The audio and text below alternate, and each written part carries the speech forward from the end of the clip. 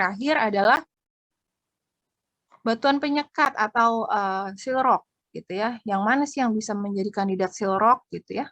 Kira-kira yang mana?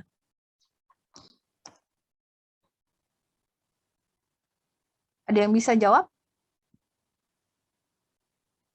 Kira-kira ada berapa kandidat nih, kan tadi saya tandakan ya. Di sini dia source rock-nya. Source rock gitu ya. Kemudian di sini reservoir. Nah, kemudian seal rock-nya yang mana? Atau sebagai batuan penyekatnya yang mana? Ada di formasi apa kira-kira? C, Bu ya. C, Kak. Formasi C. Iya. Oke. Kalau formasi A gimana? Bisa nggak? Kan sama-sama batu lempung. Dan dia lebih tebal. At least dia pasti dia lebih kuat untuk menyekat. Bisa nggak kira-kira formasi A? Tapi terlalu di atas permukaan nggak sih, Bu? Ya, bisa jadi. Terus apa lagi? Tidak berhubungan langsung dengan reservoirnya ya, Bu? Oke. Sebenarnya gini. Benar jawabannya ini adalah yang C ya, untuk sebagai seal rock. Tapi sekarang gini. Kalau misalkan ini bisa jadi, ini bisa jadi. Jadi kandidatnya itu ada A dan ada C, gitu ya. Kandidat untuk menjadi seal rock. Tapi kalau kalian pilih yang A, gitu ya, otomatis hidrokarbon yang tersimpan di sini, gitu ya, ini hidrokarbon yang ada di sini, dia bisa lari ke sini, gitu ya. Ada di reservoir yang ini. Ini kan juga bisa jadi reservoir ya kan. Nah, ini bisa lari ke sini. Jadi dia si batu serpihnya ini bukan sebagai seal-nya gitu. Jadi dia bisa lari ke sini kalau ini jadi seal-nya. Nah, otomatis nanti pas menghitung cadangan ada di sini. Jadi ada dua. Ini ada layer 1, ada layer 2 gitu ya. Karena ini hidrokarbonnya sudah berpindah ke sini. Nah, jadi ini kalian hitung nih, ada di formasi B dan di formasi D gitu ya. Tetapi kalau kalian pilih yang formasi C, kalau kalian pilih yang formasi C sebagai hasilnya, gitu ya, ya otomatis kalian nanti hitung hidrokarbon, volumetric hidrokarbonnya hanya yang di formasi D saja, karena dia sudah tersekat di sini, gitu ya. Jadi hanya di sini saja, gitu. Jadi bisa juga ini bisa jadi seal rock-nya, tapi ya itu tadi karena dia jaraknya jauh dengan si reservoir yang kita pilih.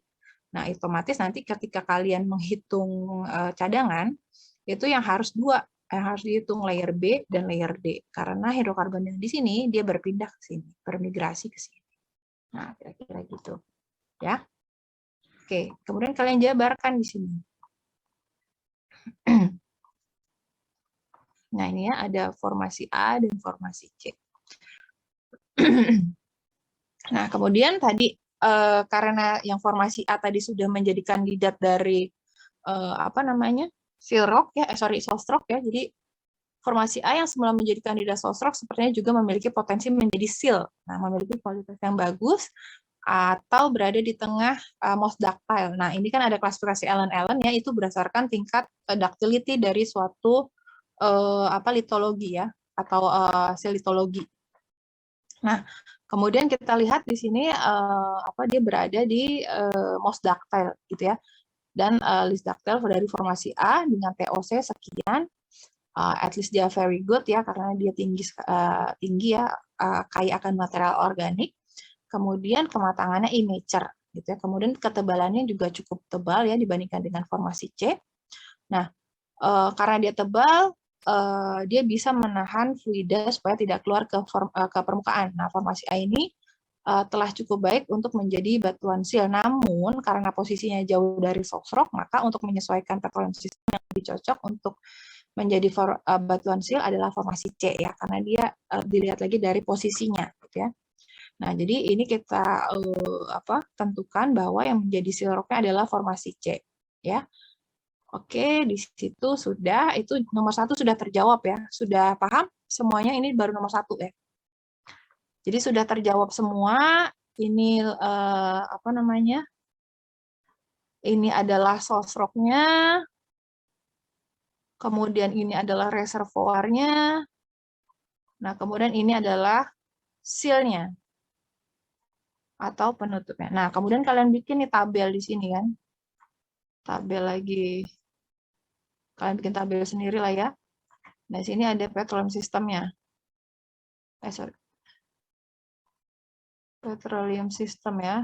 Nah, jadi ini kalian tentukan, oh ini tadi ya, ini sebagai sosrok gitu ya. Ini sebagai reservoirnya, kemudian ini sebagai seal-nya. Kalian bikin di tabel. Jadi supaya rapi gitu ya. Oke, itu nomor 1. Paham semua nggak? Masih bingung nggak dalam menentukan yang mana jadi sosrok, yang mana jadi reservoir, yang mana jadi seal? Dari situ dulu deh, paham nggak? Atau ada pertanyaan dulu sebelum menginjak ke nomor 2?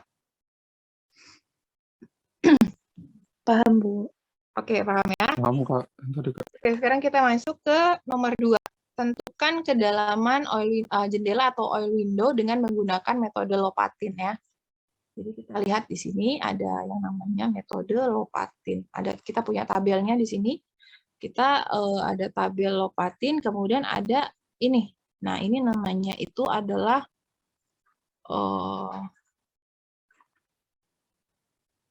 burial history, gitu ya. Ini adalah namanya burial history. Nah, di sini kita lihat, maaf sebentar ya.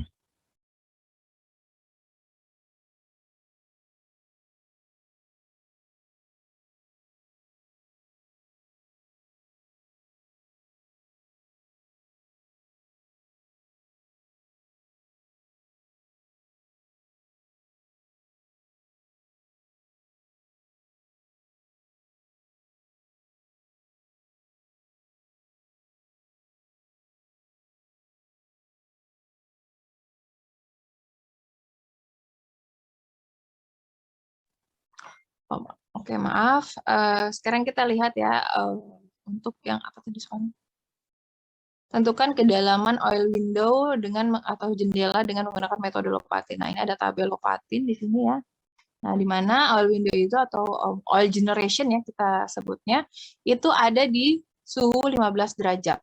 Ya, makanya kita lihat di sini.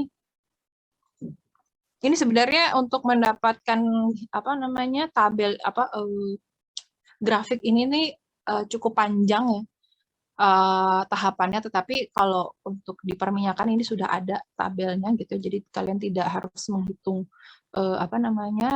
burial historinya gitu ya. Jadi ini sudah ada datanya, Jadi kita lihat di sini oil generation itu ada di suhu 15 derajat. Nah, kemudian kita lihat di tabelnya. 15 derajat itu adanya di mana? Ya, kita masukkan dulu. Nah, ini kan karena dia kedalamannya masih meter ya. Nah, ini kita lihat ini tabel TTI-nya ya. Nah, ini TTI itu adalah suhu Lopatinnya. Nah, yang berdasarkan ini ya. Ini kan ada di suhu 15 derajat. Jadi ini ada gradien geotermal berdasarkan kenaikannya 10 derajat Celcius gitu ya, per setiap 10 derajat Celcius. Ini ada kedalaman. Nah, kemudian ini yang kita cari itu adalah ini TTI-nya. Nah, ini 15 derajat Celcius menurut Lopatin itu ada di kedalaman berapa? Ada di kedalaman 2427. Tapi kan ini ada komanya ya. Sedangkan yang kita butuhkan atau yang kita akan cari itu adalah tepat di suhu 15 derajat Celcius gitu ya. Nah, gimana caranya kita bisa dapat 15 derajat Celcius? Kita buat cross plot antara kedalaman dan TTI ya. Saya lihat di jawabannya sudah banyak yang mengerti ya. Bikin grafiknya atau bikin cross plotnya. Kita buat cross plotnya seperti ini.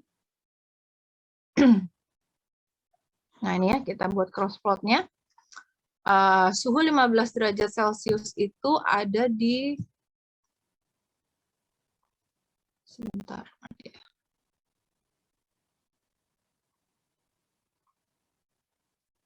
Nah, suhu 15 derajat Celcius. Nah, ini ya. Suhu 15 derajat Celcius itu ada di kedalaman 2325,83 meter ya.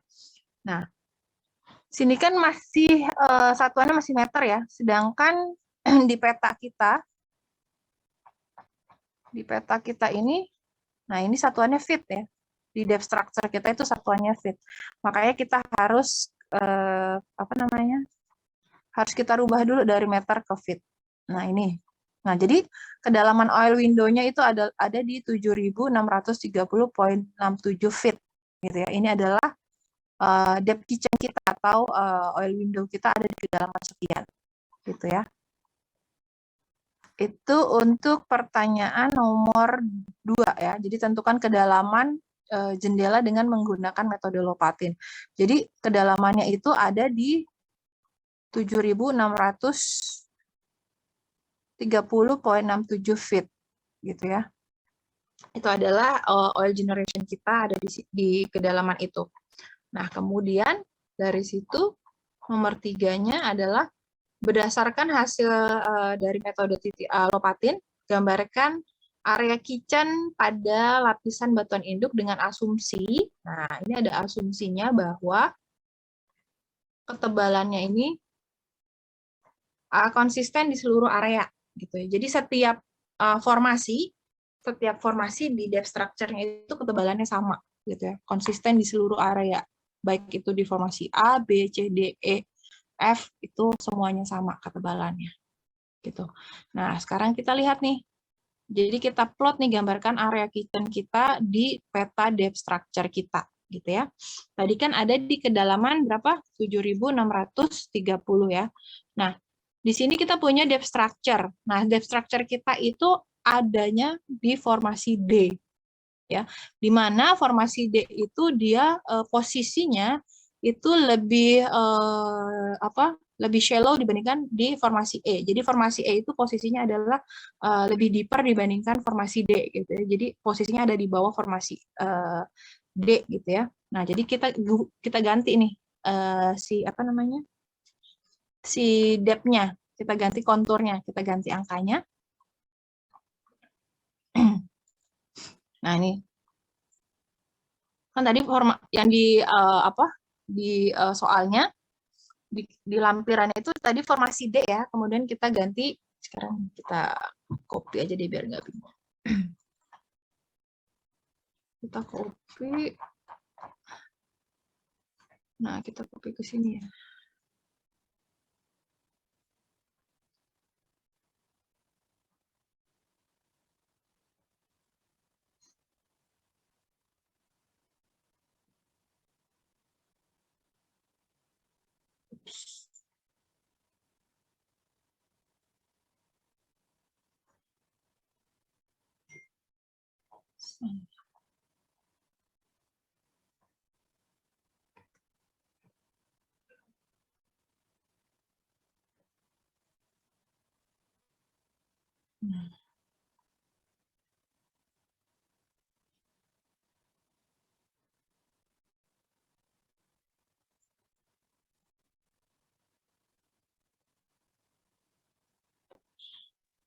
Nah,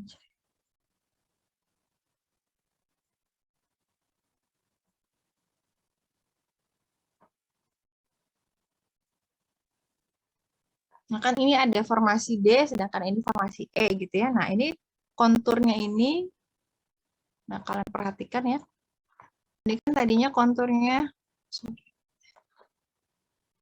kelihatan nggak konturnya? Nah, di sini kan 4.000 gitu ya. Nah, ini kan lebih di atasnya dari formasi E ya. Nah, kita ganti ini. Ini kita ganti sesuai dengan formasinya. Karena formasi E ini posisinya ada di bawah dari formasi D, makanya ini semua konturnya kita ganti. Tetapi perhatikan lagi bahwa ketebalan setiap lapisannya itu sama semua. Maaf sebentar ya.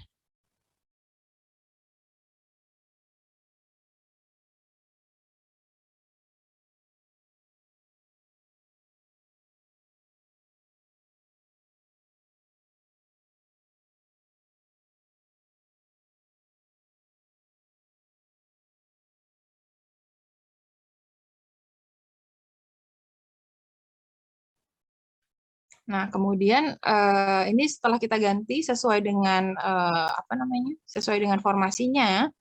Nah, ini hasilnya ini. Jadi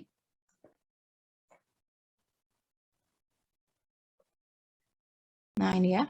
Nah, kemudian kita plot lah tadi depth kitchen kita berapa? Ada di 7.630,67. Itu ada di kontur berapa? Nah, kira-kira di sini ya konturnya. Nah, kemudian setelah kalian plot, nah ini adalah apa namanya? Kitchen kita ya, atau oil window kita di sini. Nah, kemudian itu nomor 3 kan berdasarkan hasil analisis ini gambarkan area kitchen. Maaf sebentar.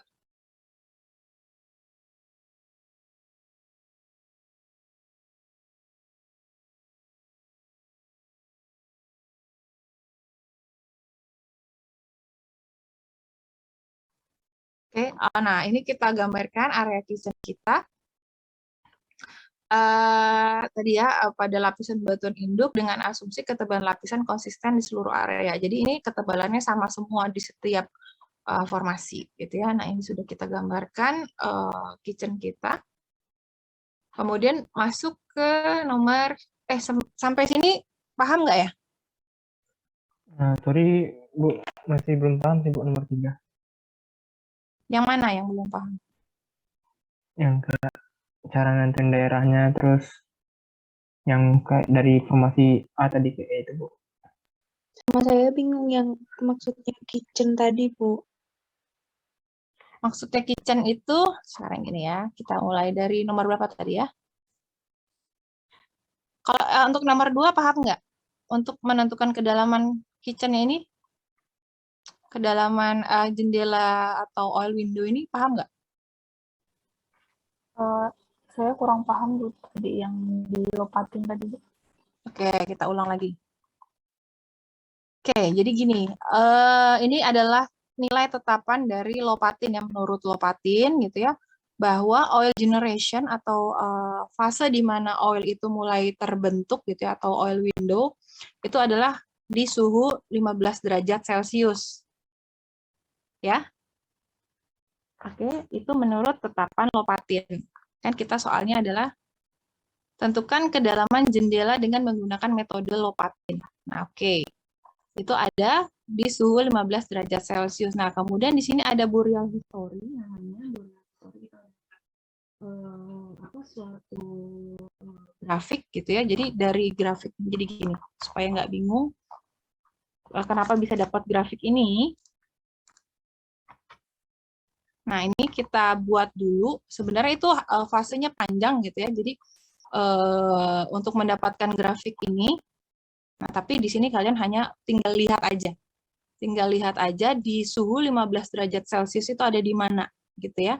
Nah, sini kita lihat, sebelum kita masuk ke sini, kita lihat ini dulu. Ini ada suatu tabel ya, suatu tabel, jadi kita bikin gradien geotermalnya dulu. Nah, kita lihat di sini, di soal, itu suhu permukaan itu adalah 30 derajat Celcius. Kemudian di bottom hole-nya itu adalah di sini, di bawahnya itu suhunya adalah 140 derajat Celcius. Kemudian kita buat nih tabel. Kita buat tabel gradien geotermal. Nah, tapi kalian sudah dapat nih tabelnya. Nah, ini ya. Jadi, ini suhu permukaan atau suhu di atas apa namanya? Di permukaan pemboran. Nah, itu suhunya 30 derajat Celcius. Kemudian di bottom hole-nya itu adalah suhunya 140 derajat Celcius gitu ya. Nah, kemudian kita buatlah ini gradien geotermalnya berdasarkan suhu. Jadi karena ini kenaikannya setiap 10 derajat Celcius gitu ya. Ada kedalaman, kemudian ini adalah apa namanya? Konturnya, kemudian ini ada konstanta MA, dan ini sudah ada ketetapan. Ini ada di rumusnya sebenarnya. Kalau kalian mau cari rumusnya itu ada. Nah, tapi ini kalian sudah dapat ini gradien geotermalnya. Nah, kemudian kita lihat lagi. Sorry.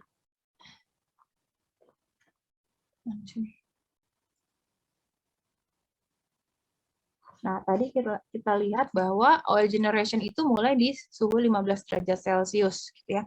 Nah, di 15 derajat Celcius itu dari tabel ini tuh ada di kedalaman berapa sih? Nah, kita kan mau cari kitchen-nya ya, atau jendela oil window lah gitu ya. Kita mau cari kitchen-nya di suhu 15 derajat Celcius dari data kita, gitu ya. Itu adanya di mana, di kedalaman berapa.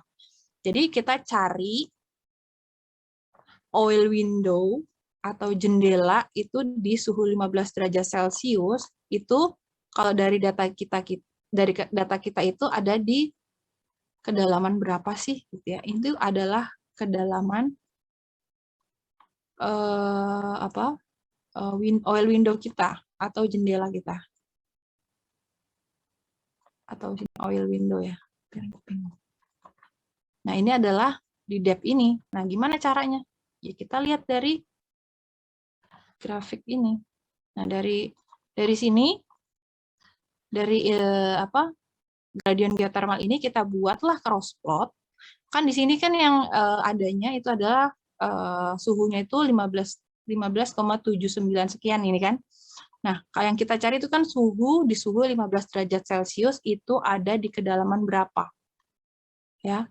Kan kita maunya cuma 15 derajat Celcius itu ada di kedalaman berapa. Nah, kita buatlah cross plot antara titik I dan kedalaman.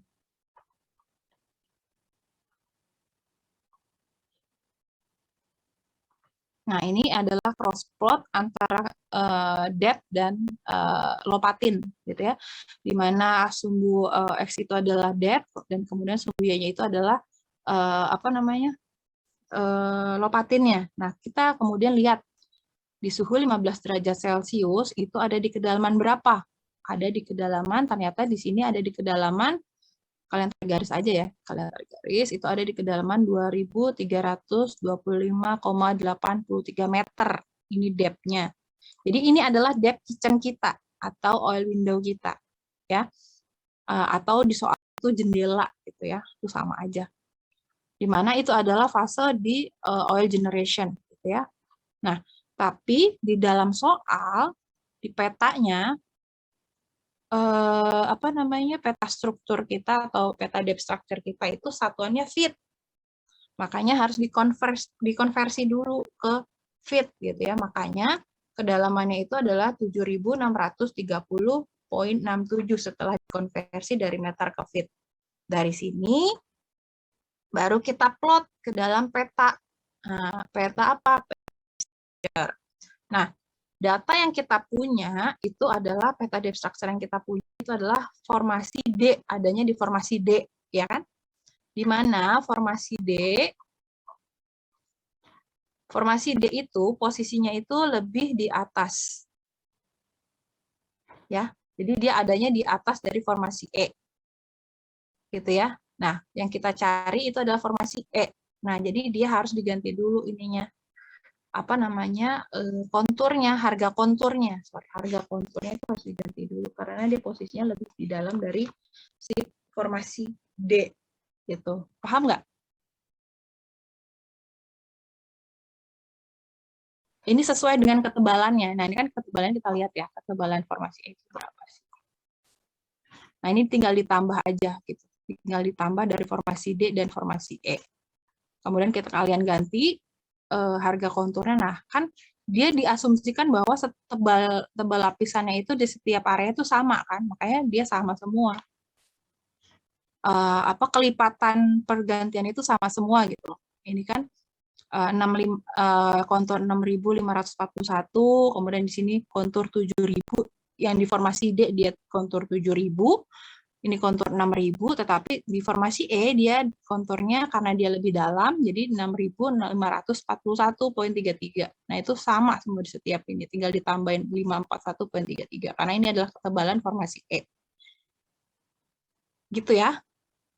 Nah, kemudian kita plot nih, depth kitchen kita tadi ada di kedalaman 7630,67. Itu ada di kontur yang mana sih? Nah, ini ada di kontur yang di sini. Kita plot. Kita plot gitu ya di konturnya. Nah, kemudian ini adalah depth kitchen kita. Atau kitchen kita itu ada di posisi di sini gitu. Sampai sini paham nggak?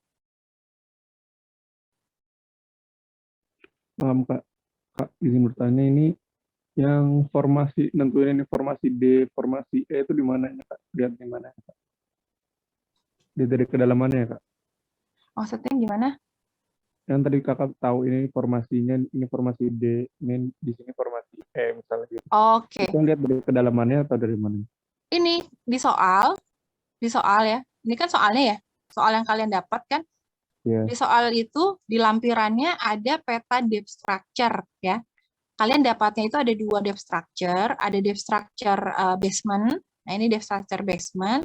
Nah, kemudian yang kalian dapat itu adalah formasi D, depth structure formasi D. Oh, Sedangkan yang akan kita cari, sosro kita itu kan ada di formasi E, ya kan? ya Kak. Tuh, ya kan? Nah, Ya, karena ini formasi D, makanya kita ganti jadi formasi E. Nah, posisinya formasi E itu adanya di bawah dari formasi D. Jadi dia Oh, lebih diper, ya kan? Makanya ya. konturnya diganti gitu, sesuai Oh, dengan ketebalannya. oke Kak. Nah, Terima kasih. ketebalannya itu kan di sini disebut ya, mana tadi ya? Nah, ini asumsinya bahwa ketebalan lapisannya itu konsisten di seluruh area, gitu kan? Nah, walaupun di sini kita lihat ada yang menipis, ada yang menebal, gitu ya, tetapi ini karena kita nggak punya data seismik, gitu ya, makanya ini diasumsikan bahwa ketebalannya itu sama. Jadi apa namanya, konturnya itu sama gitu, tinggal ganti dengan ketebalan sesuai dengan ini aja. Oke, oke. Tuh, Terima kasih oke, Kak. clear ya. Clear, Nah, clear. sampai situ. Nah, ini tinggal diplot lah. Ini adalah area kitchen kita, ya. Jadi kan ini adalah dari hasil analisis metode Lopatin, gambarkan area kitchen. Nah, ini udah area kitchen kita. Oke, sampai di situ udah selesai yang nomor 3. Oke, sekarang kita lanjut ke nomor 4. Nah, hitung volume batuan induk dengan metode smoker. Ya, jadi yang kita hitung adalah bak volumenya atau volumetrik dari batuan induk. Ya, jadi tapi kita menggunakan ada yang namanya metode smoker. Gimana caranya? Jadi kita punya ini ada metode smoker di sini. Jadi ini adalah kalian udah dapat rumusnya ya. Ini menurut smoker ada ini papernya ya. Jadi yang kita cari itu adalah M dan R, gitu ya. Nah, di mana M itu rumusnya adalah TOC dikali densitas dikali dengan volume. Ya. Nah, volume di sini kalian perhatikan baik-baik. Ini volume ini satuannya cc. Sedangkan kalau volumetrik yang biasa kita kerjakan itu kan satuannya biasanya akrofit ya. Nah, jadi nanti volumenya ini nanti kita ganti ke akrofit. Nah, jadi TOC kita punya, densitas kita punya. Nah, yang kita cari adalah volume. TOC dari mana, densitas dari mana? Dari sini. Nah, ini ya, TOC kita punya, kemudian density kita punya nih ya, TOC punya, density punya ya, semua kita punya. Yang kita cari adalah volume. Nah, kan ini yang tadi jadi batuan induk kan adalah formasi E ya, formasi E. Nah, jadi ini yang kita gunakan TOC ini. TOC 2,5%, kemudian RO-nya itu 0,55 gitu. Sorry, densitas yang ditanya adalah rumusnya TOC dikali dengan densitasnya berarti 2,4. Nah, sekarang yang kita cari adalah volume dari batuan induk kita atau volume dari formasi E ini, gitu ya.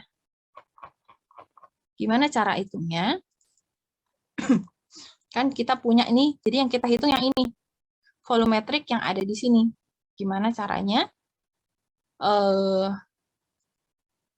Kayak hitung bak volume biasa sih sebenarnya, tapi nah ini caranya seperti ini. Kan kita buat dulu ya, kita buat penampang gitu ya. Jadi kita punya penampang di sini. Ini ada basement ya, ini basement, kemudian ini ada formasi F, formasi E, D, C, A dan B dan A gitu ya. Kan kitchen kita atau sosro kita ada di formasi E ya. Nah, ini. Nah, jadi yang kita hitung adalah volumetrik ini. Gitu ya. Yang kita hitung itu adalah volume yang ada di sini, volume yang ada di formasi E. Kan kalau kalian hitung volume kan apa namanya volumetrik itu kan kayak batok terbalik gitu ya, mangkok terbalik gitu ya. Nah, gini ya. Nah, jadi ada yang pakai metode trapezoid, kemudian ada yang pakai piramid gitu ya. Kapan dia pakai piramid, kapan dia pakai trapezoid? Udah paham belum?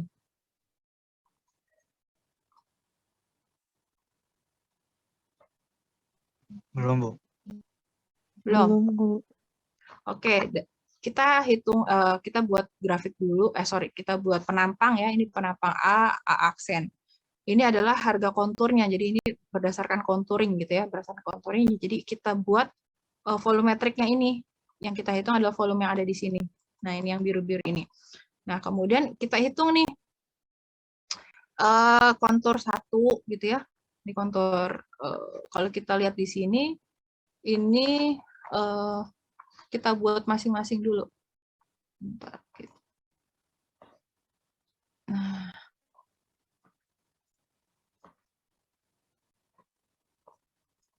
tapi saya lihat di jawabannya udah pada bisa tuh, udah pada bisa ngitungnya. Kalau kalian bisa, kira-kira gimana? Bisa kerjain sendiri nggak? Itu dari mana dapetnya?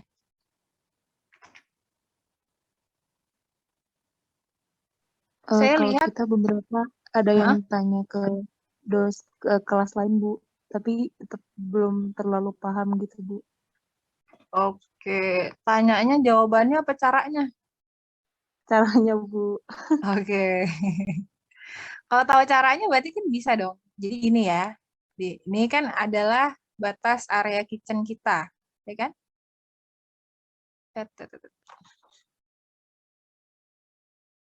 Ya, susah ya. Nggak pakai pensil. Nah, kira-kira gitulah ya. Oke, nah kemudian ini setiap kontur dihitung. Aduh.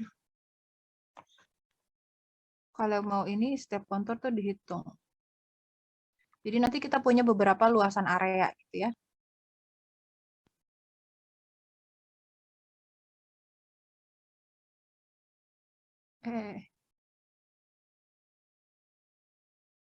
Aduh. Susah lah gitulah kira-kira lah ya. Nah, itu terus dihitung apa namanya? Nah, kira-kira di sini juga nanti dihitung. Nah, terus seterusnya. Jadi itu nanti kita buat ya. Kita buat di sini ada penampangnya.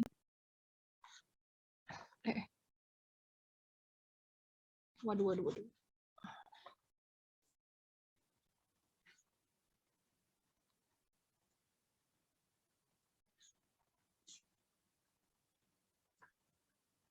Nah, kira-kira tadi itu kan kira-kira konturnya gitu ya. Jadi setiap kontur yang ada di sini itu dihitung. Nah, nanti kita buat penampangnya seperti ini gitu ya. Nah, nanti itu kita anggap itu adalah A1, A0 gitu ya, terus A1, A2, A3, A4, A5 dan seterusnya. Nah, kapan kita katakan dia menggunakan metode trapezoid, kapan dia dikatakan menggunakan metode piramid, itu kalau kalian baca itu ada di bukunya Cook gitu ya.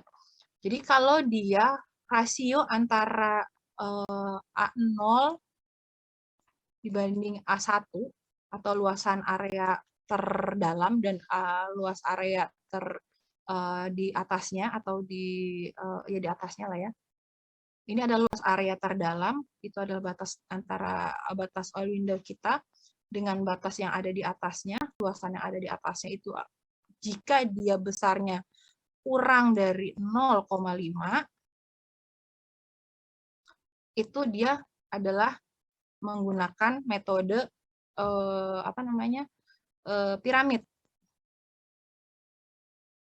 Tapi kalau rasio antara 0 dan A1-nya itu lebih besar dari 0,5, dia menggunakan trapezoid. Trapezoid, sorry. Nah, sekarang kita lihat.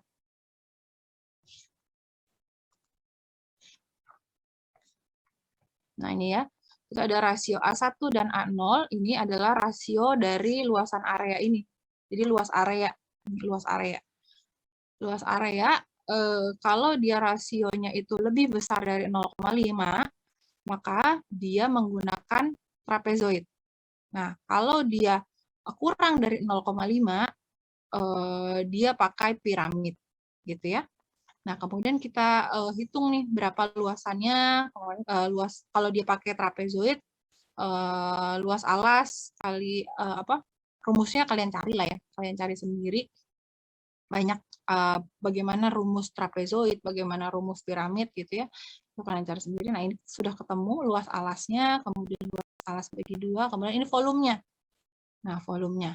Nah, kan volume, kalau kita hitung volumetrik kan dia satuannya ini ya, meter kubik atau akrofit gitu ya. Nah, sedangkan menurut smoker, dia tuh satuannya cc gitu ya. Nah, ini harus di-convert dulu gitu ya. Jadi cc gitu. Nah, kemudian setelah dibuat gitu, ini ada, kalau yang saya bikin ini ada cuma ada 4 kontur gitu ya. Nah, cuma ada 4 kontur di setiap intervalnya ini. Ini di kontur sekian, kontur sekian, kontur sekian, kontur sekian gitu ya, dengan ketebalannya. Nah, ini kan ketebalannya tadi diasumsikan sama ya, diasumsikan sama, makanya ini tebalnya sama semua. Nah, kemudian kita hitung luasannya, kemudian kita tentukan metode yang kita pakai gitu ya. Nah, kita kemudian dapat volumenya.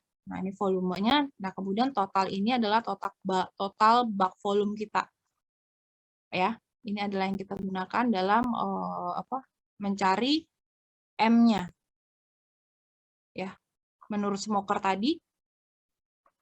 Yang tadi. Nah, ini ya smoker tadi yang kita cari M dan R. Nah, M tadi TOC-nya kita punya, kemudian densitasnya kita punya. Nah, volumenya kita tadi sudah dapat ya. Volumenya ini nah, ini bak volume kita. Nah, kemudian kita masukkan rumusnya M sama dengan TOC dikali dengan R density gitu ya. Density dikalikan dengan volume. Nah, jadilah ketemunya M-nya adalah ini. Nah, kemudian apalagi yang dicari R. R itu rumusnya adalah H10 dikurangi HIP. Ya, rumusnya itu H10. Nah, ini ya.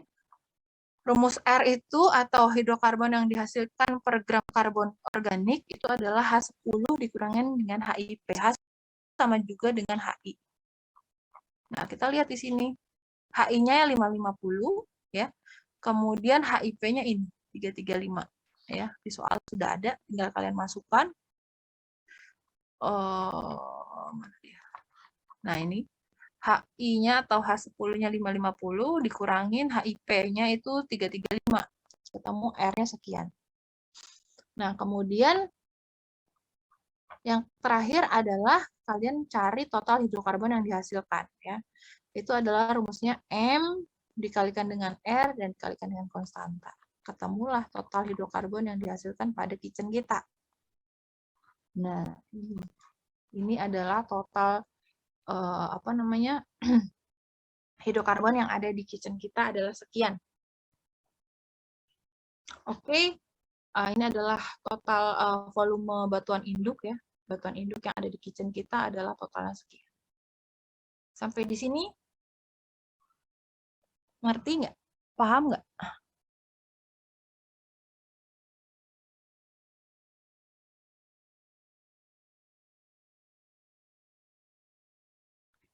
Halo? Bingung nggak? Bu, mau nanya, Bu. Ya. Untuk yang tebal ini tuh dapat dari mana ya, Bu? Tebal ini kan kita asumsikan dia sama semua. Berarti kita lihat aja tebalnya berapa di sini. Sebentar, mana ya?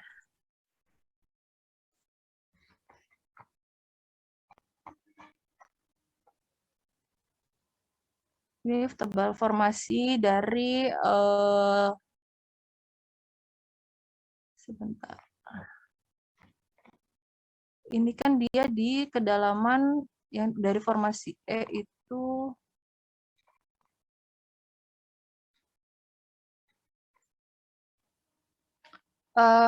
sebentar ya. 7, sebentar saya.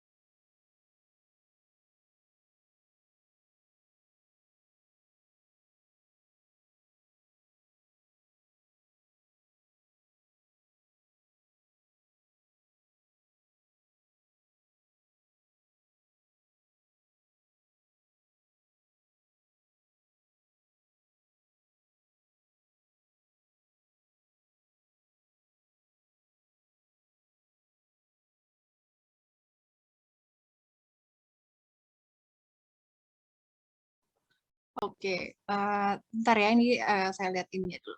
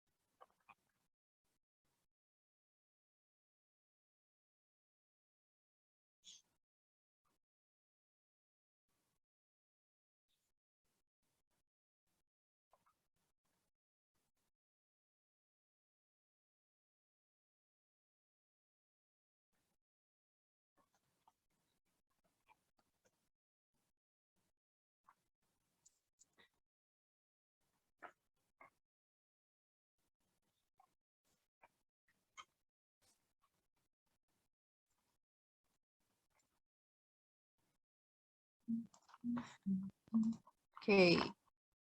Nah, ini sudah muncul belum? Sudah, Bu. Sudah. Nah, oke. Ini saya salah kasih kunci jawaban yang ini. Ini kalau yang di geologi karena dia dapat sumurnya, dapat apa namanya? Sebentar.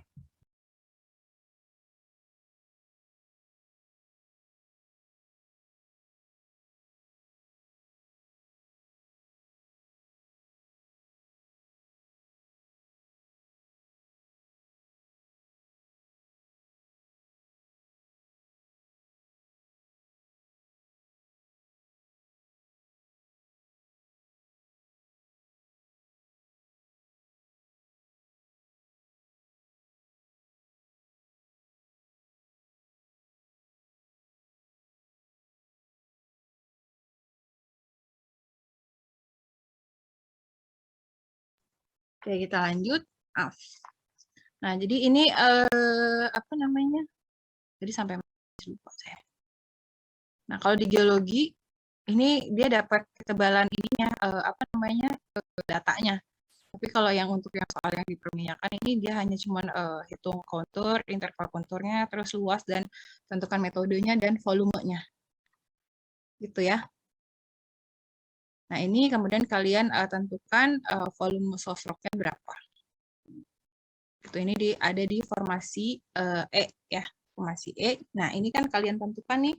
Ini tadi ya metodenya ada piramid dan trapezoid gitu ya. Untuk menentukan ini dari mana dapatnya? Dari rasio ini. Nah, rasio antara apa namanya? A1 A2 ini adalah rasio si luasan area atau luasan kitchen ini apa batas terdalam dan batas di atasnya gitu ya. Batas atas dari si kitchen kita. Gitu. Gimana? Jadi ini kalau ketebalan ini nggak usah di apa namanya, nggak usah di apa, karena di data kita yang kita punya itu nggak ada data ininya, data sumurnya.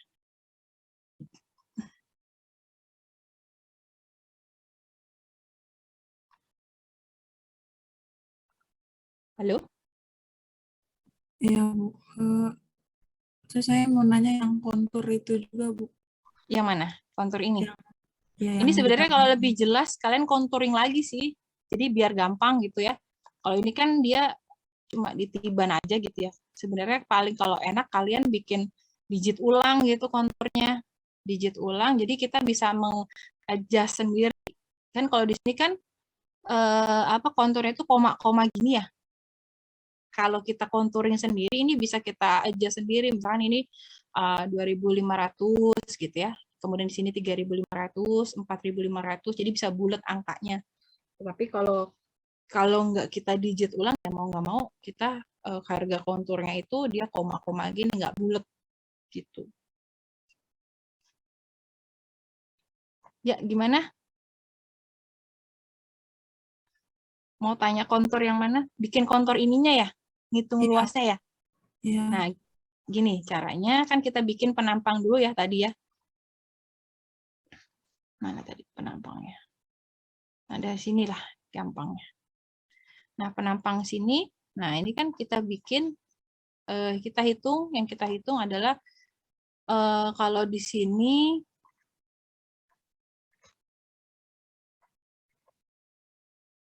ini kan ada beberapa kontur gitu ya, ada beberapa kontur, ini sesuai sama kontur ini. Jadi kalian bikin tadi contouring dulu gitu ya. Kemudian kalian bikin nih penampangnya di sini, nih kan penampang A aksen. Nah, kemudian kita bikin penampang di sini. Kita bikin penampang. Nah, untuk menghitungnya itu kan kita ibaratkan ini mangkok terbalik gitu ya. Ini A0 itu adalah yang di sini, yang di luar, yang paling dalam, batas apa namanya, yang warna biru ini, itu adalah A0 ya. Kalau kita plot di sini, ini ilustrasinya aja. Kemudian ini A1, A1 itu adalah kontur di atasnya sini. Terserah kalian mau bikin yang mana. Di sini ya. Kemudian ini seterusnya A3, kemudian sini A4, sesuai dengan interval kontur yang ini. Kan di sini ada interval kontur ya. Nah, ini kontur ini. Nah, kontur-kontur ini tuh ini. Nih, ini A0. Kalau kalian lihat sini misalnya di sini ada ini kedalaman kitchen kita yang paling apa namanya, yang paling luar ya. Atau yang paling dalam. Atau di sini. Di batas ini. Nah, ini 7863 kalau dia dapatnya. Nah, kemudian ini A0. A0 gitu ya. Kemudian A1, A3, A4 gitu misalkan. Nah, kemudian kalian hitung luasnya. Kan kalau luas dia trapezoid ya, rumusnya apa gitu ya. Kan kalau diasumsikan dia trapezoid, kan ini ya yang kita hitung ya. Kan dia kan kayak trapezoid gitu ya. Nah, Nah, ini kan luasnya itu kan volume itu kan luas alas kali tinggi ya, luas alas kali tinggi. Tingginya itu kan kalau di interval konturnya berapa, misalkan interval konturnya 12,5 gitu ya. Kalian lihat di petanya itu interval konturnya berapa. Nah, ini kan lihat ada interval kontur ya di sini. Nah, itu kalian lihat sesuaikan lagi sama peta gitu, berapa interval konturnya. Jadi kan kita punya luas area, luas alas dikali tinggi ya. Nah, itu kita punya volume 1. Ini volume 2 gitu ya. Kemudian ini volume 3. Nah, totalnya itu adalah ini. Bak volume namanya. Volume bak atau totalnya. Nah, ini volumenya. Ini volume A0. Sorry, ini volume A0 ya, ini A0. Ini volume A1. Volume A2. Volume A3. Volume A4. Gitu. Nah, rasio antara A0 dan A1. Nah, ini ya rasionya.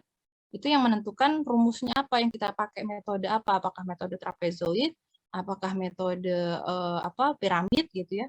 Itu sesuai dengan rasio yang kita dapatkan. Gitu.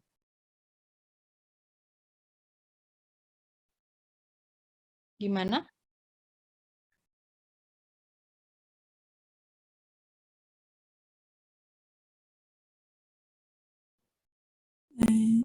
Iya, Bu. Paham, Bu. Paham nggak? Atau coba dikerjain dulu deh. Cobain dikerjain dulu. Nanti kalau nggak bisa atau masih bingung, boleh boleh ini ke saya. Jadi ini kalian kan, ini nanti saya jabarin dulu nih semua sampai akhir. Nah, nanti kalian kerjain lagi. Kan kalau yang kemarin itu mungkin kalian masih banyak yang bingung ya. Masih banyak yang bingung mengerjakannya gitu. Nah, sekarang ini saya coba jelaskan dulu semuanya. Nah, nanti kalian coba kerjain lagi. Nah, nanti kumpulin lagi di GCR.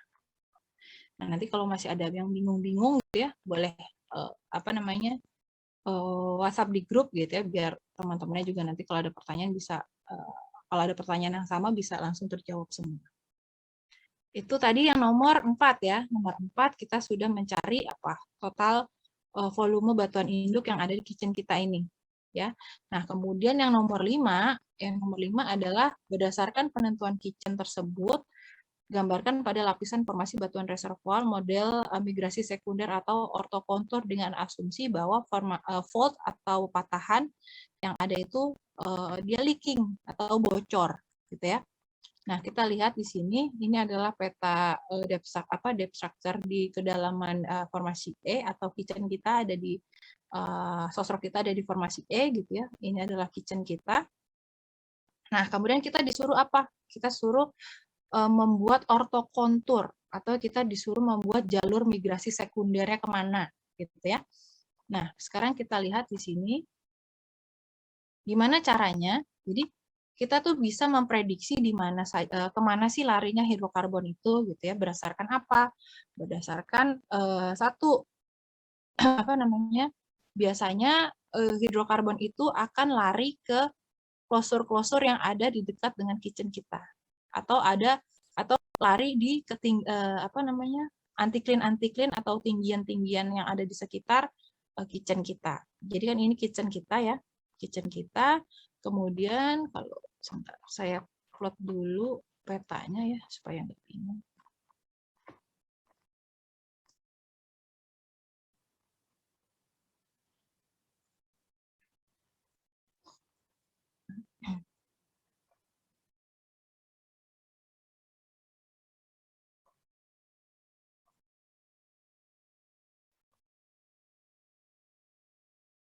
Nah, gini ya.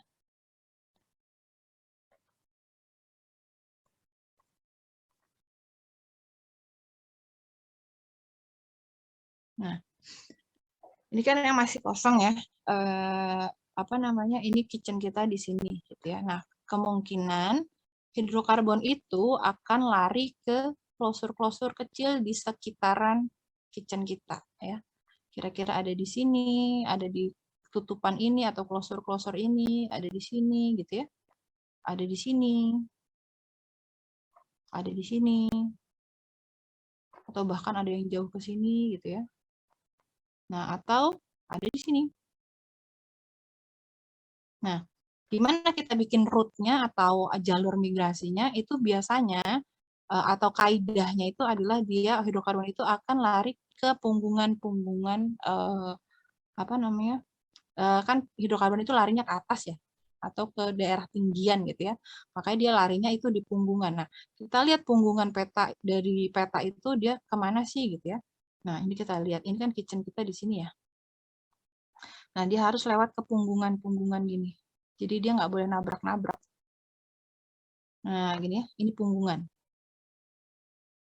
Nah, kalau yang ini apa? Ini yang di sini, ini punggungan, ini lembah. Nah, dia jadi harus lari ke sini. Harus mengikuti punggungan. Sorry, meleset. Ya benar.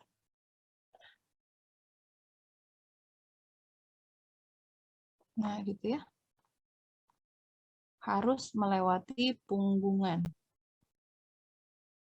Nah, gini.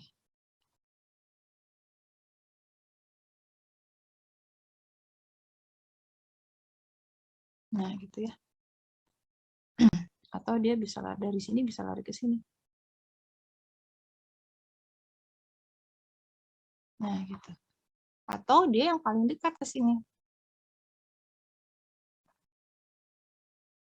Nah, jadi tarik root-nya ini atau garis jalur migrasinya itu nggak boleh asal tarik garis. Jadi harus ada kaidahnya, harus mengikuti punggungan di dalam peta gitu ya. Di dalam peta itu harus mengikuti punggungan-punggungan gitu ya. Nah, ini adalah ortokontur kita gitu ya, di mana hidrokarbon yang ada di kita ini dia kemungkinan bisa lari ke sini, bisa lari ke sini, lari ke sini, lari ke sini, ke sini, ke sini atau ke sini gitu ya. Itu terserah kalian. Jadi bebas kalian bisa memilih beberapa, mau bikin 3 aja boleh, mau bikin 4 aja boleh, mau bikin 2 aja boleh, terserah gitu ya. Tetapi di sini di jawaban ini saya bikin ada 7 kemungkinan dia bisa hidrokarbon itu lari ke sini, ke sini, ke sini dan ke sini. Jadi ada 7 gitu ya. Di mana nantinya kandidat-kandidat ini bisa dijadikan sebagai titik pemboran atau kandidat titik pemboran. Jadi kita bisa memprediksi hidrokarbon kita itu larinya kemana saja, gitu ya. Jadi kita bisa mengusulkan beberapa titik pemboran berdasarkan dari ortokontur kita yang kita buat. Gitu. Jadi beginilah caranya seorang geologis menentukan di mana titik bor yang akan kita usulkan, gitu ya. Jadi kita bisa memprediksi kemana hidrokarbon itu larinya, kemana, gitu ya. Nah, di sini kita lihat ada beberapa fault ya, atau ada beberapa patahan di sini. Nah, patahan di sini di soal disebutkan bahwa patahannya ini dia bersifat leaking atau dia bocor ya, bahwa fault yang ada itu bocor, dia leaking. Jadi dia bisa dilewati oleh hidrokarbon atau bahkan dia menjadi jalur migrasinya gitu ya.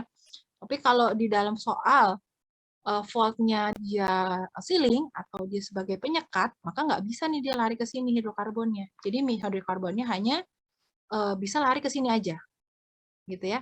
Nah, karena hidrokarbon tidak bisa lari ke sini, karena ini ada fault. Kemudian di sini ada fault. Kalau dia fault-nya adalah bersifat sealing. Jadi hidrokarbonnya nggak bisa lari ke sini, nggak bisa lari ke sini, nggak bisa lari ke sini, gitu ya. Jadi dia bisanya hanya lari ke sini. Jadi karena dia tidak terhalang oleh fault. Gitu. Tapi karena di sini fault-nya dia bersifat leaking, maka dia bisa lari kemana-mana, gitu ya. Atau bahkan si volta ini bukan sebagai penyekat, jadi dia bahkan bisa menjadi jalur migrasinya. Gitu. Oke, sampai di sini paham ya? Kalau untuk menentukan ortokonturnya atau jalur migrasi sekundernya.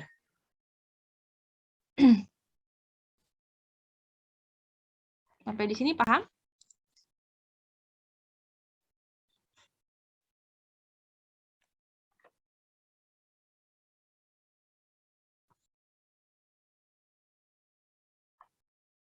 Halo? Sampai nomor 5 paham nggak?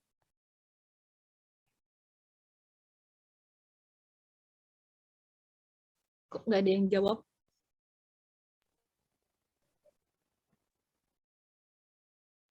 Insya Allah, Bu. Yang lain gimana nih? Karena Yang nanti soal UASnya kayak gini nih. Dia harus lancar nih.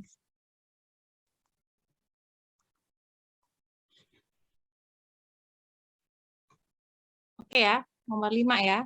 Oke, kalau diam semua saya anggap bisa. Oke. Itu untuk penentuan ortokontur ya.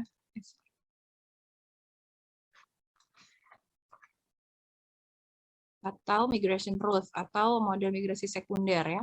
Nah, kemudian setelah itu nomor 6-nya adalah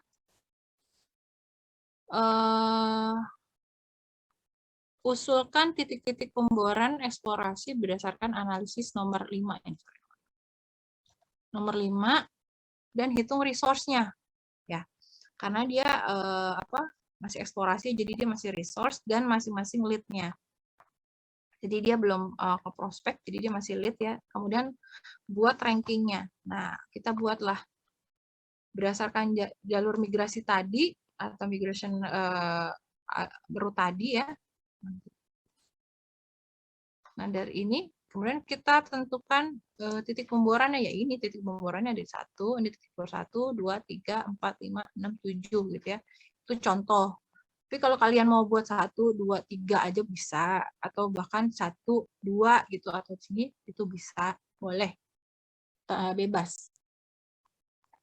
Nah, kemudian usulkan titik pemboran eksplorasi baru berdasarkan analisis nomor 5 tadi ya, dan hitung resource dan masing-masing lead dan buat rankingnya.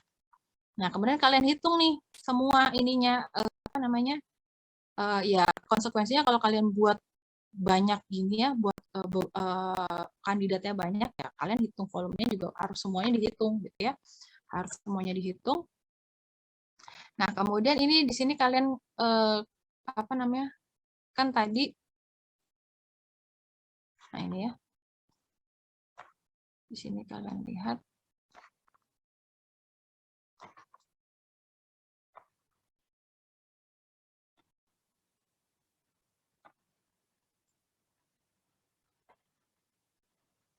nah, ini kan tadi kandidat 1, kandidat 2, kandidat 3, 4, 5, 6, 7 ya.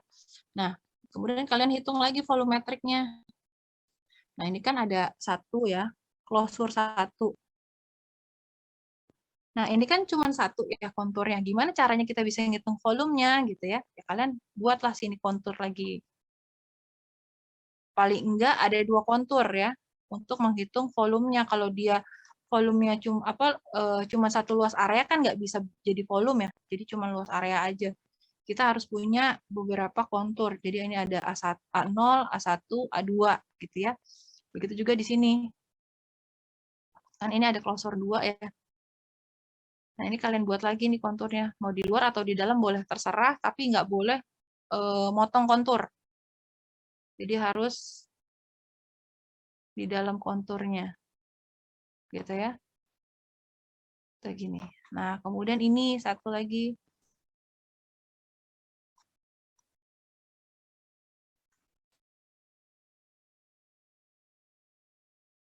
Nah, gitu. Yang nggak boleh adalah gini. Kalian bikin kontur, ini kan konturnya ya. Kalian nabrak ini. Nah, itu nggak boleh. Gitu ya, jadi harus ngikutin kontur. Nih, harus ngikutin kontur. Nah, gitu. Kemudian ini lagi 1. Nah, kira-kira gitu ya. Nah, ini kalian hitung nih. Ini 1, 2, 3, 4, 5 gitu ya. Ini 6, sini 7. Kalian hitunglah volumetriknya.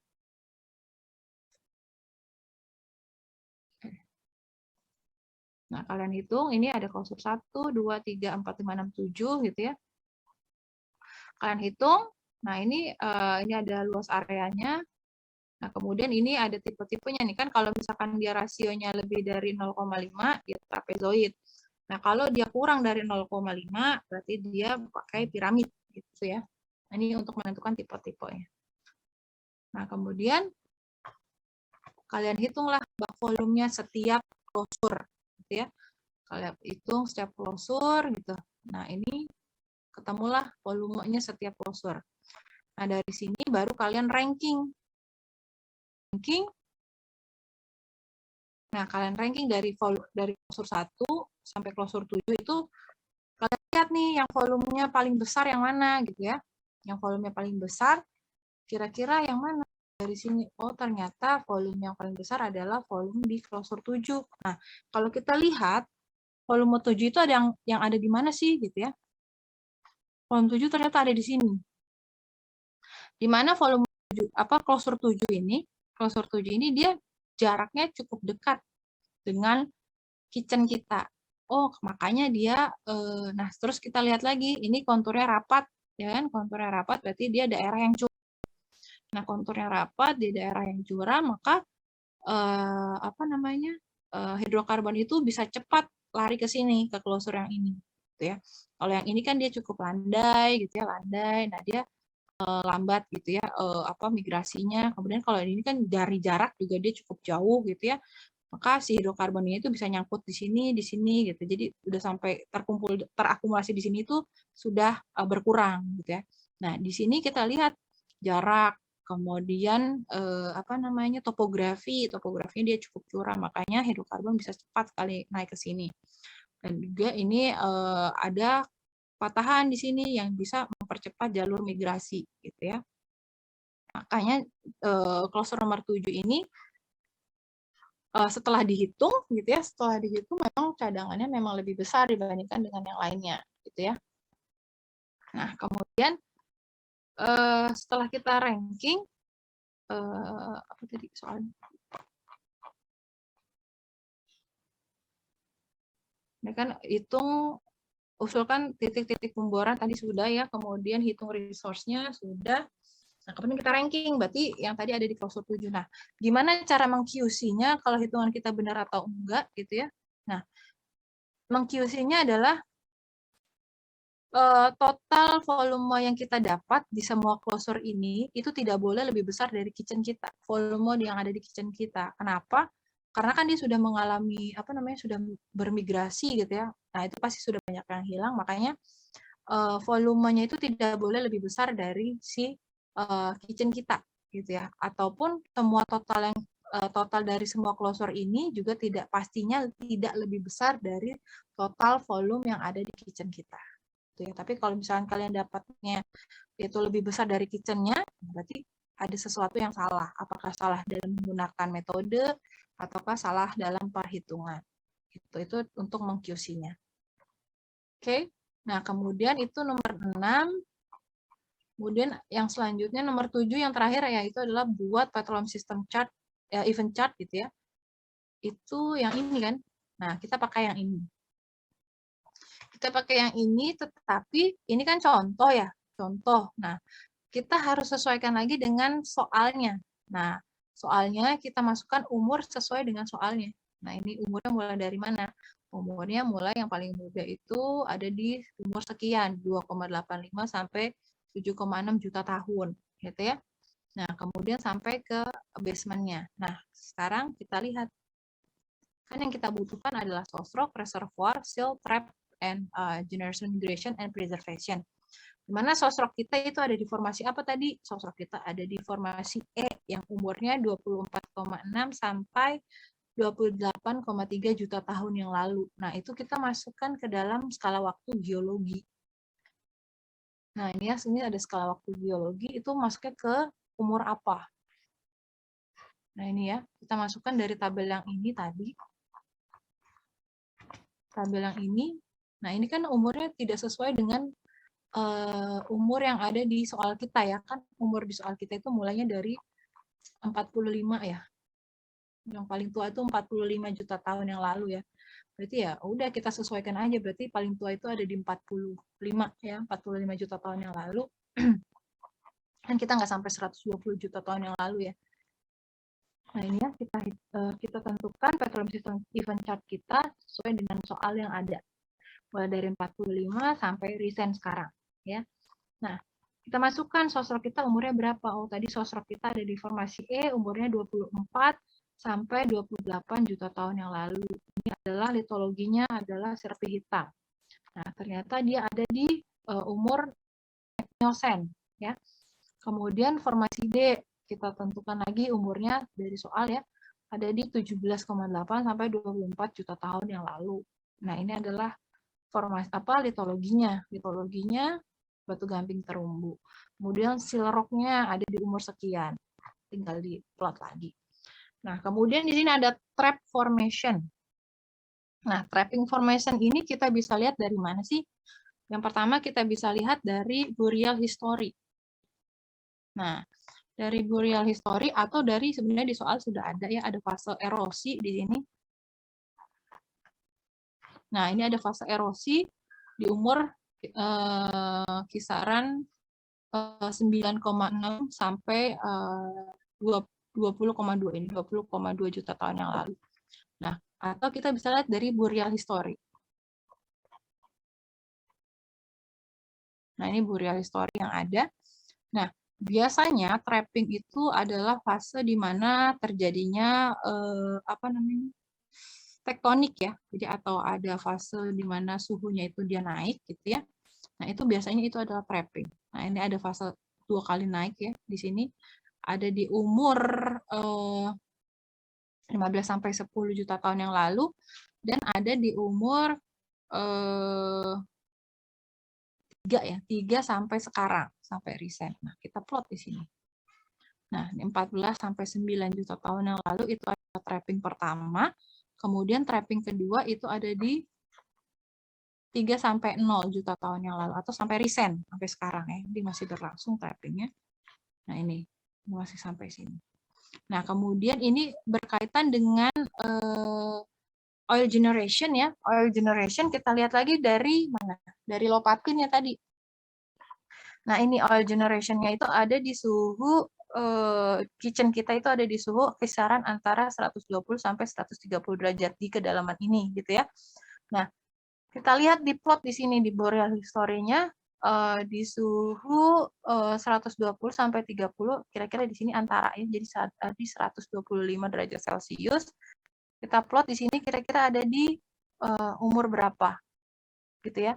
Ada di umur berapa? Oh, ternyata ada di harusnya ini kena di sini harus kena di grafik ini, tetapi ini karena datanya itu bukanlah data eksplorasi sesungguhnya buatan ya, data buatan, jadi kurang proporsional gitu ya.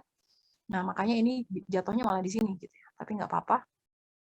Itu adanya di umur 2 sampai 0 atau di umur 2 juta tahun yang lalu sampai sekarang gitu ya. Jadi ini oil window kita itu ada di suhu 120 sampai 130 derajat Celcius. Nah, karena dia masih terjadi sampai sekarang, ini oil generation-nya, makanya preservation-nya adanya di sini. Gitu. Adanya di recent sampai sekarang. Oke, sampai di situ gimana? Ada pertanyaan? Bu, saya mau nanya yang nomor 5, Bu. Nomor 5 itu yang mana? Ya. Ini ya? Ya. Yang Ibu tadi bilang mengikuti punggungan tuh maksudnya gimana ya, Bu? Masih belum paham.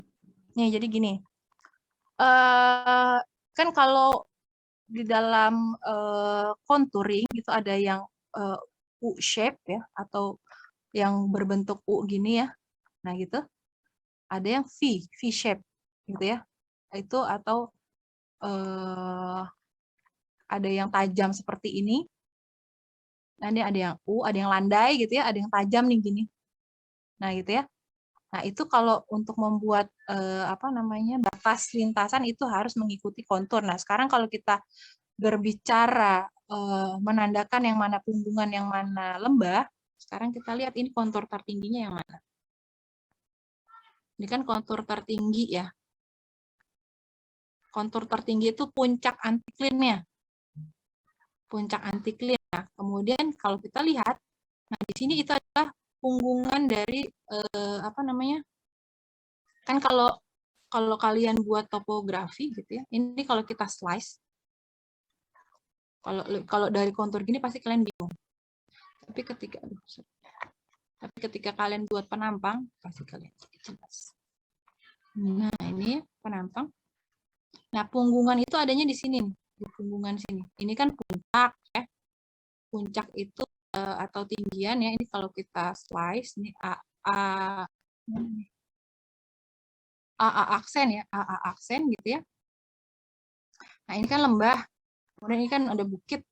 Nah, punggungan itu ada di sini. Nah, kalau kita lihat di sini itu adanya di sini. Nah, ini. Nah, ini ada di punggungan-punggungan ini. Nah, ini lembah. Ini lembah, ini punggungan, gitu ya. Ini tinggian. Ini punggungannya. Nah, ini.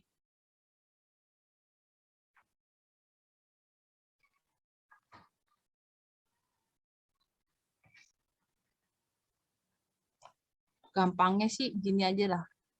Kalau lihat nih kan ini gini ya konturnya. Ini lembah. Nah, ini punggungan, ini lembah lagi, ini punggungan, ini lembah lagi, gitu. Jadi ini larinya itu ke sini gitu.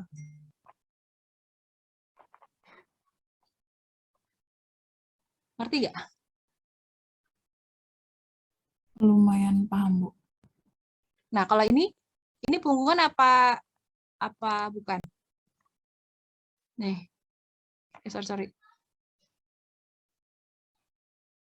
Nah, ini. Punggungan bukan? Bukan.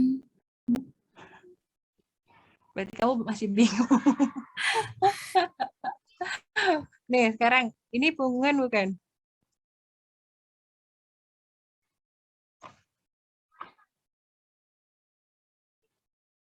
Kemudian ini punggungan bukan?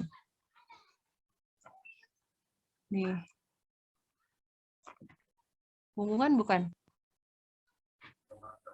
Iya, Bu. Punggungan kan? Iya. Kalau ini?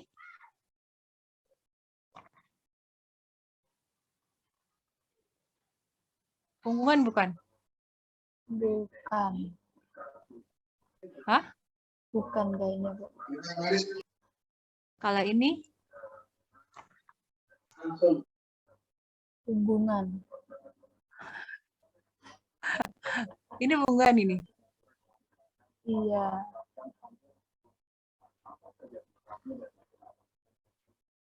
Ini bukan. Punggungan tuh ini. Nih, punggungan. Kemudian ini punggungan. Terus mana lagi ya? Ini. Kalau ini bukan. Terus ini bukan. Ini bukan. Mana lagi? Nah, ini punggungan juga nih. Punggungan itu dia lari ke apa ya? Gimana ya cara jelasin ininya? Jadi punggungan itu dia jalur ke arah tinggian gitu. Ini kan ada klosur nih. Nah, biasanya dia tuh pasti dia mengikuti ke arah klosurnya gitu. Klosur itu tutupan atau tinggian-tinggian ini loh. Nah, ini tinggian-tinggian ini. Nah, ini tuh yang tertutup gini nih. Itu adalah satu tinggian atau antiklin, puncak antiklin gitu. Antiklin kecil gitu ya. Nah, ini antiklin kecil nih. Ini antiklin kecil nih.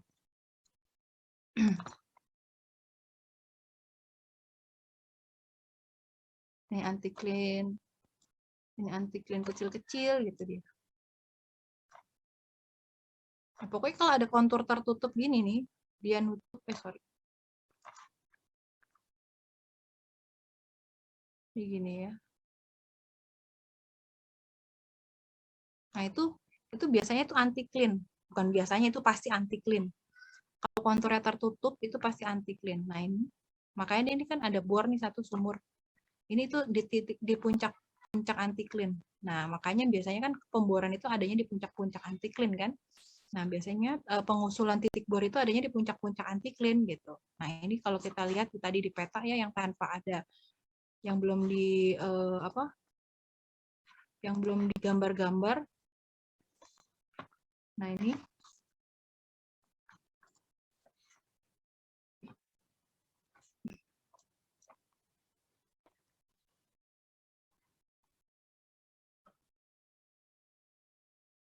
ini kan antiklin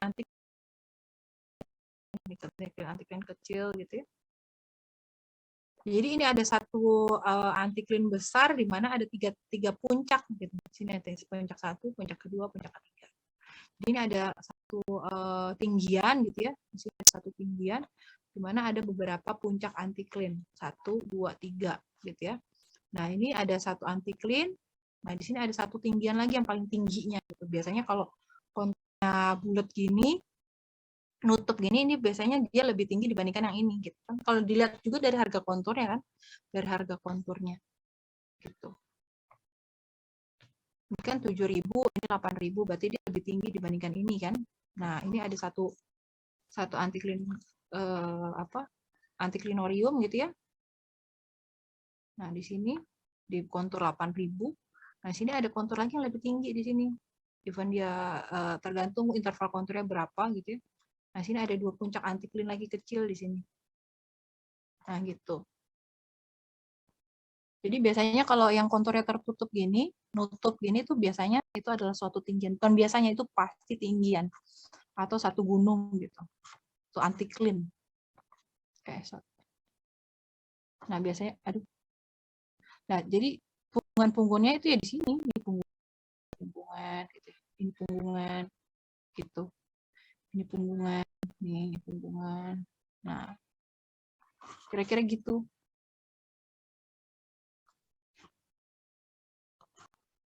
Gimana? Ada pertanyaan lagi atau sudah terjawab belum?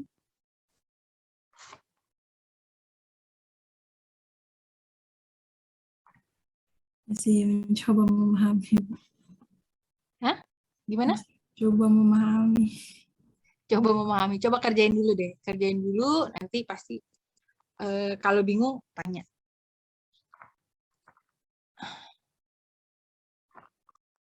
Yang lain gimana?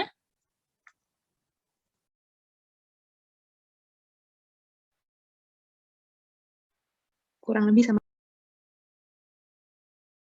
Berapa? Kurang lebih masih coba memahami. Iya, nggak apa-apa. Ini karena kan baru sekali, ya kan? Baru sekali. Nah, nanti coba kerjain dulu. Nanti kalau ketemu buntunya di mana, nah nanti kan insya Allah bisa kejawab. Coba dikerjain dulu. Nah, kemarin yang pas dikerjain gimana? Yang bingung di nomor berapa? Kebanyakan yang bingung yang di ini. Yang di metode Lopatin ini ya pada bingung ya. Sama yang perhitungan cadangan pada bisa kok. Apa nyontek kelas yang lain?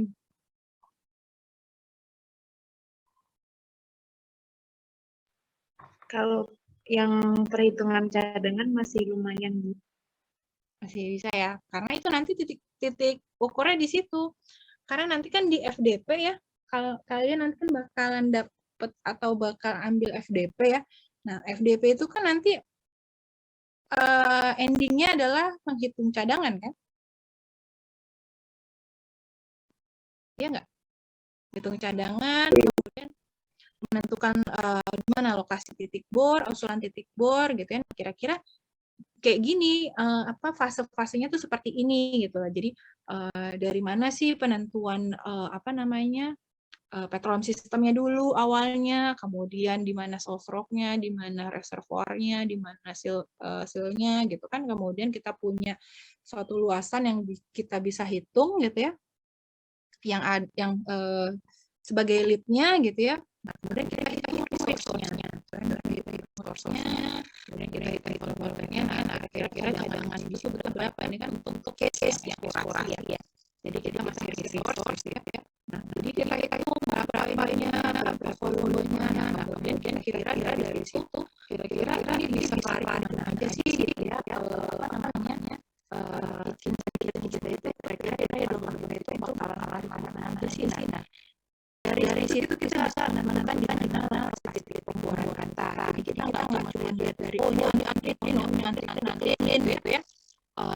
tapi kita nggak lihat nih faktor apa, faktor geometrinya seperti apa, kemudian ada patahan atau tidak gitu ya. Kemudian tipe-tipe apa namanya? Nah, ini tadi patahannya apakah dia sealing atau leaking gitu ya. Nah, kalau dia patahannya leaking, dia pasti bisa lari kemana aja ya kan hidrokarbonnya. Tapi kalau dia sealing, dia nggak bisa nih, bisa misalnya menentukan titik bornya di sini gitu ya. Padahal walaupun dia suatu anti clean gitu ya, misalnya